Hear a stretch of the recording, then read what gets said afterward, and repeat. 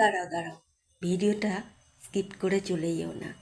যে কথা বলছি সেই কথাগুলো অনেক জরুরি এবং অনেক গুরুত্বপূর্ণ। কথাগুলো হচ্ছে, তোমার মাথায় যদি তেল না থাকে, তখন যদি তোমার কষ্ট বা দুঃখ আসে, তুমি কখনো তোমার বন্ধু মহলে বা নিজের আত্মীয় স্বজনের কাছে প্রকাশ করবে না। কারণ মানুষ তাতে সান্ত্বনার বাণী ছাড়া আর কিচ্ছু তোমাকে দেবে না, বা তোমার পেছনে সেটা নিয়ে সমালোচনাও করবে, কটূক্তিও করবে। তাই তোমার কষ্ট গোপনে রাখো মনের মধ্যে। যদি কখনো ভালো সময় আসে, তখন তারাই দেখবে যে তুমি আজকে ভালো দিনে সুখে আছো। তাই সবসময় চেষ্টা করবে সব কিছু গোপনে রাখার। কারণ কি জানো, তেলের মাথায় মানুষ তেল দেয় বেশি, আর যে মাথায় তেল নেই জানে সে মাথায় তেল লাগবে বেশি, তাই তারা তেল দেয় না।